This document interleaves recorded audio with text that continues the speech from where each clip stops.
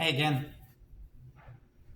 So, back in the day, there were oyster fishermen.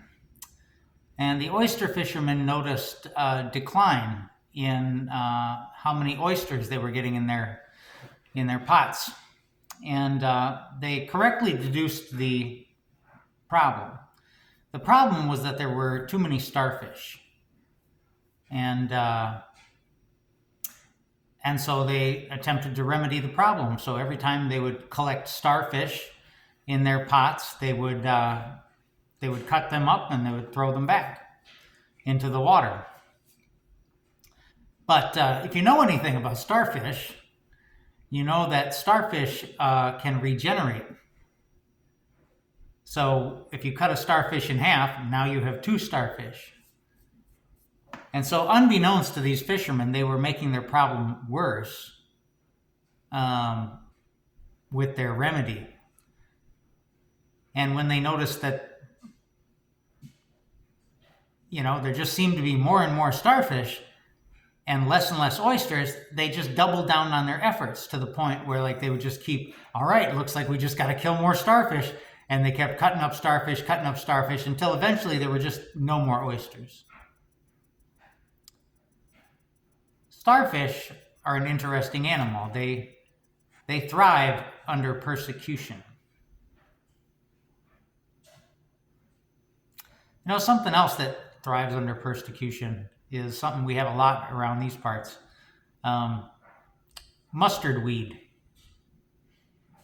Got a bunch of mustard weed down in the park, and there's always these volunteers that are going, at certain times of the year, they're always trying to dig up all the mustard weed, and it just seems to me how futile that is, because, as they're digging it up, I assume they're spreading seeds, all over the place, making the problem even worse. Mustard weed is something that thrives under persecution. People and communities are something that thrive under persecution. The same way starfish and mustard weed does. The more you press them down, the more they spread.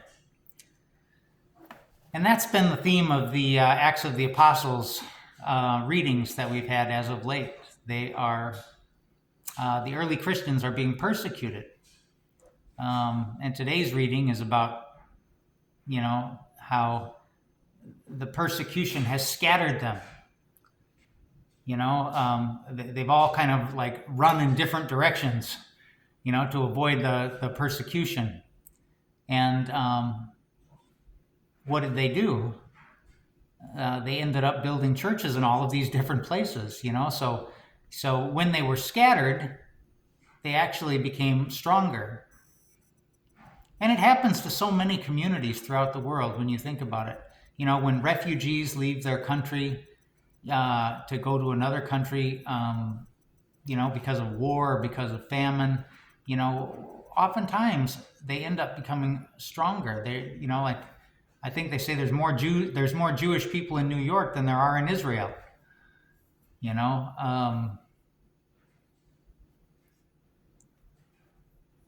And so I also find it interesting that it was the early years of Christianity when they were under the most persecution that they grew the most.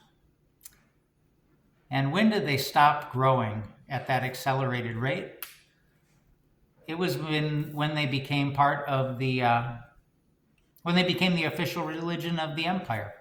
Eventually, Constantine, I guess he says, well, if you can't beat them, join them, and he made them the official religion of the empire. So they weren't persecuted anymore, and that ended up being the thing that stopped the growth. So, on the other hand, it also goes to show that whenever you try to force things in life, you kind of make things worse. That's something that has been speaking to me lately. Like I've said before, I've been into the philosophy of Taoism, which is the philosophy of not forcing. Not forcing things, going with the flow. Because anything you try to force will end up blowing up in your face, like starfish, mustard weed, whatever it is. See you tomorrow.